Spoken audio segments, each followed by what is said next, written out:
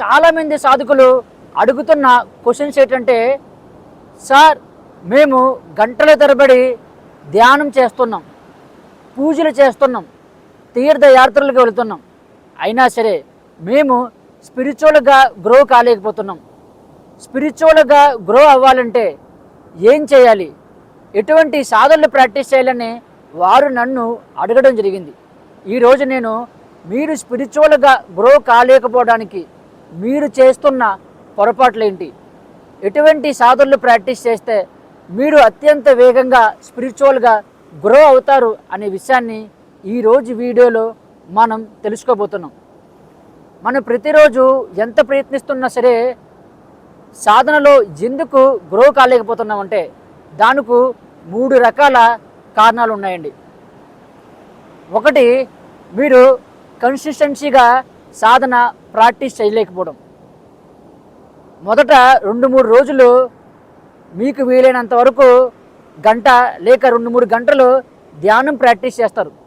కానీ దాని తర్వాత ఏదో ఒక పని పడిందని పూర్తిగా ఆ రోజు మీరు ధ్యానం చేయడం ఆప్ చేస్తారు. తద్వారా మీలో స్థిరత్వాన్ని మీరు కోల్పోతున్నారు. అలా స్థిరత్వాన్ని కోల్పోవడం వల్ల మీరు స్పిరిచువల్గా గ్రో అయ్యేందుకు అవకాశం ఉండదు. కాబట్టి మీరు ప్రతిరోజు 2-3 గంటలు ధ్యానం చేయవలసిన అవసరం లేదు. మొదట మీరు ఒక 10 నుండి 15 నిమిషాలు ధ్యానం ప్రాక్టీస్ చేయండి, రెగ్యులర్గా ప్రాక్టీస్ చేయండి. మీకు ఎప్పుడైతే సమయం కుదురుతుందో అప్పుడే ప్రాక్టీస్ చేయండి. తద్వారా మీకు కన్సిస్టెన్సీగా సాధన చేయడం అనేది అలవాటు అవుతుంది. నెమ్మదిగా సమయాన్ని పెంచుకుంటారు. మీకు ఒకవేళ ప్రతిరోజు ఎక్కువ టైం అనేది సాధన చేసేందుకు మీకుంటే మీరు 2-3 గంటలు సాధన ప్రాక్టీస్ చేసినా పర్వాలేదు.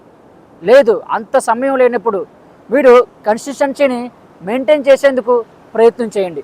ఏదేమైనా సరే మీరు ప్రతిరోజు కన్సిస్టెన్సీగా సాధన ప్రాక్టీస్ చేయాలి.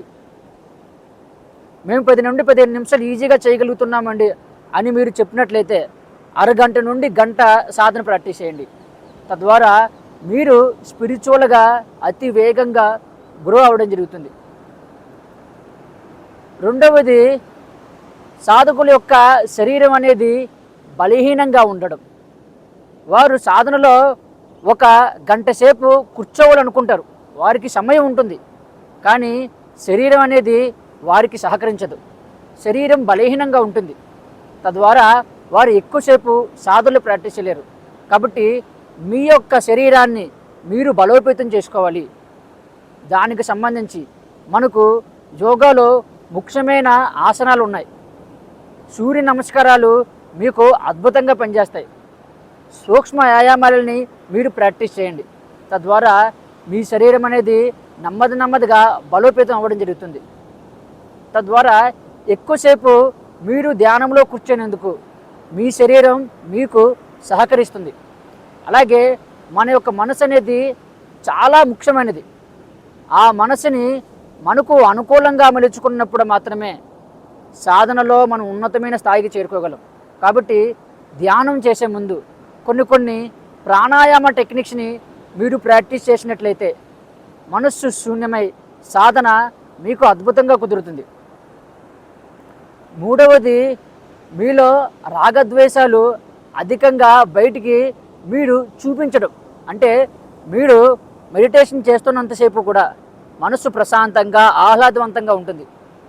మెడిటేషన్ అయిపోయిన తర్వాత కుటుంబ సభ్యులతో కానీ స్నేహితులతో కానీ మీరు వర్క్ చేస్తున్న ప్రదేశంలో కానీ చుట్టూ జరుగుతున్న విషయాలకి మీరు అధికంగా రియాక్ట్ అవుతూ ఉంటారు. కోపంగా కానీ, ద్వేషంతో కానీ, అసూయతో కానీ, అహంకారంతో కానీ, బాధతో కానీ, ఇలా ఏదో ఒక రకమైన కారణంతో మీపైన అరిషడ్ వర్గాలు ప్రభావం చూపించడం వల్ల మీరు ధ్యానంలో సంపాదించిన ఎనర్జీ అంతా కూడా బూడిదలో వేసిన పన్నీరలా పూర్తిగా మీరు ఆ ఎనర్జీని కోల్పోవడం జరుగుతుంది. కాబట్టి మీ యొక్క అరిషడ్ వర్గాలని మీరు ఖచ్చితంగా గమనించగలగాలి. కోపం ఎందుకు వస్తుంది, భయం ఎందుకు వస్తుంది, అసూయ ఎందుకు వస్తుంది అంటూ మీరు వాటిని గమనిస్తూ దానికి సంబంధించిన కారణాన్ని తెలుసుకొని మీరు ఆ యొక్క కారణాన్ని మీరు వదిలివేసినట్లయితే ఖచ్చితంగా మీపైన అరిషడ్ వర్గాల యొక్క ప్రభావం అధికంగా ప్రభావం చూపించవు.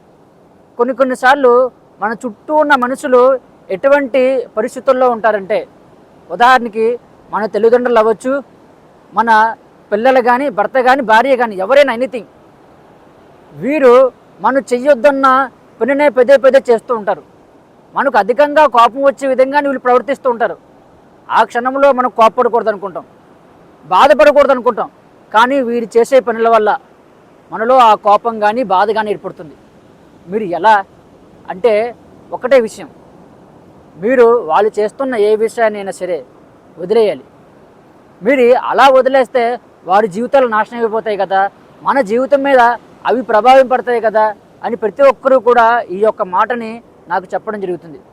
చూడండి సాధుకులారా, మనం ఎంత వద్దన్నా సరే వారు మనం చెప్పే మాట అస్సలు వినరు.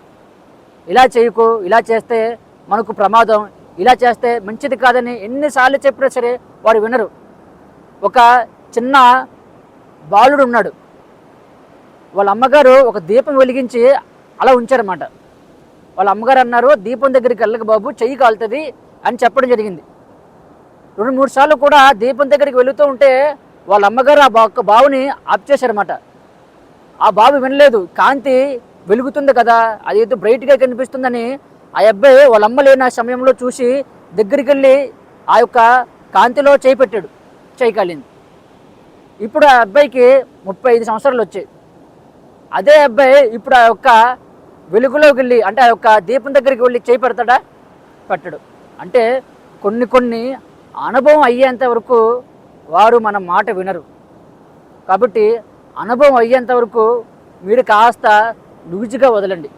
లేదండి వారి జీవితాలు పాడైపోతాయి, ఇలాగైతే కరెక్ట్ కాదని మీరు భావన చేసినట్లయితే, మీరు ఏ భగవంతుని అయితే పూజిస్తున్నారో లేక ధ్యానం చేస్తున్నారో, విశ్వాన్ని నమ్ముతున్నారో, పూర్తిగా మీ బాధ్యతని వాళ్ళకి అప్పచెప్పండి. అప్పచెప్పి వీడి మనసులో నేను చెప్తున్నట్లుగా నా పిల్లలు, నా తల్లిదండ్రులు, నా భార్య, నేను వర్క్ చేస్తున్న ప్రదేశంలో నా కింద పనిచేసే వర్కర్స్, వీళ్ళందరూ కూడా నేను చెప్తున్నట్లుగా వింటున్నారు, నాకు అనుకూలంగా వింటున్నారు, నా మాట ఆలకిస్తున్నారు అన్నట్టుగా వీడి మనసులో భావన చేయండి. అఫర్మేషన్ క్రియేట్ చేయండి. ఖచ్చితంగా మీకు ప్రతిఫలం లభిస్తుంది. ఇంతకు మించి మనం ఇంకో అడుగు వేయనందుకు కూడా అవకాశం ఉండదు. కాబట్టి ఈ విధంగా మీరు ప్రయత్నం చేయండి. అయితే స్పిరిచువల్గా మరింత గ్రో అవ్వాలంటే ఏం చేయాలి? ఒకే ఒక విషయం నేను చాలా వీడియోస్లో చెప్పానండి, మీరు అవేర్నెస్గా ఉండాలి. జరుగుతున్న విషయాన్ని జరుగుతున్నట్లుగా మీరు చూడగలగాలి. ధ్యానంలో కూర్చోగానే రకరకాల ఆలోచనలు మనకు, నా యొక్క బ్యాక్ సైడ్ చూసినట్లయితే మనకు సముద్రం కనిపిస్తుంది. సముద్రంలో ఎలాగైతే అలలు ఎగిసిపడుతూ ఉంటాయో అలాగే మన యొక్క మనసులో కూడా ఆలోచనలు ఎగిసిపడుతూ ఉంటాయి. వాటిల్ని మనం ఎంత ఆపాలని ప్రయత్నిస్తున్నా సరే అవి ఆగు. సముద్రంలో అలలను ఆపగలమండి? చెప్పండి. ఆపే కొలిది మనపైన ఒత్తిడి చూపిస్తాయి. అలాగే ఈ ఆలోచనలు కూడా ఒత్తిడి చూపిస్తాయి. ఇప్పుడు ఆ యొక్క సముద్రాన్ని చూడండి, ఆ యొక్క అలల్ని గమనించండి. అంతే, గమనిస్తే ఏమవుతుంది? అవి వస్తాయి పోతాయి. అంటే అలలు పుడుతున్నాయి, నశిస్తున్నాయి, పుడుతున్నాయి, నశిస్తున్నాయి. అలాగే మీ యొక్క ఆలోచనలు కూడా పుట్టడం, నశించడం, పుట్టడం, నశించడం అనే విషయాన్ని గమనించండి. అంతే, ఒకానొక సమయం రాబోడికి ఆలోచనలు పూర్తిగా నిశ్శబ్దం అవుతాయి. సముద్రం కూడా మీరు గమనించలేదే కానీ మేము ఎక్కువగా బీచ్ సైడే ఉంటాం కాబట్టి ఒకనొక సమయంలో పూర్తిగా అలలు రావండి. మధ్యాహ్నం 11-12 లోపల అలలు అసలు రావు, అలలు పూర్తిగా ఆగిపోతాయి. సముద్రం చాలా నిశ్శబ్దంగా ఉంటుంది. ఆ విధంగా మీ మనసులో కూడా ఆలోచనలు పూర్తిగా ఆగిపోతాయి. కాబట్టి జరుగుతున్న దాన్ని జరుగుతున్నట్లుగా గమనించండి, అవేర్నెస్తో ఉండండి. ఖచ్చితంగా మీరు స్పిరిచువల్గా ఉన్నతమైన స్థాయికి చేరుకుంటారు. ఈ విధంగా మీరు సాధన ప్రాక్టీస్ చేయడం ద్వారా అత్యంత అద్భుతంగా మీపైన ఆ సాధన ప్రభావం చూపిస్తుంది. కాబట్టి సాధకులారా, మీరు ధ్యానం ఎలా చేస్తున్నారు, ధ్యానం చేసేటప్పుడు ఎటువంటి జాగ్రత్తలు పాటిస్తున్నారు అనే విషయాలు మీరు మొదటగా తెలుసుకోవాలి. అవి తెలుసుకోకుండా మీరు ఎన్ని ప్రయత్నాలు చేసినా సరే అవి ఫలించవు. మరొక విషయం ఏంటంటే, కొంతమంది సాధకులు హైయర్లీ ఎక్స్పెక్టేషన్స్ పెట్టుకుంటారు. ధ్యానంలో కూర్చోగానే నాకు జ్యోతి కనిపించాలి, నా బాడీలోకి కాస్మిక్ ఎనర్జీ వచ్చాలి, నాకు తాడై ఓపెన్ అయిపోవాలి, ఇలా రకరకాలుగా ఆలోచిస్తూ ఉంటారు. అలా ఎక్స్పెక్టేషన్స్ పెట్టుకోవడం వల్ల ఆ యొక్క ఎక్స్పెక్టేషన్సే మైండ్లో ఆలోచనల కింద తిరుగుతూ ఉంటాయి. ఎప్పుడైతే ఆలోచన క్రియేట్ అయిందో ధ్యానం అనేది జరగదు. కాబట్టి ఎటువంటి ఎక్స్పెక్టేషన్స్ వద్దు.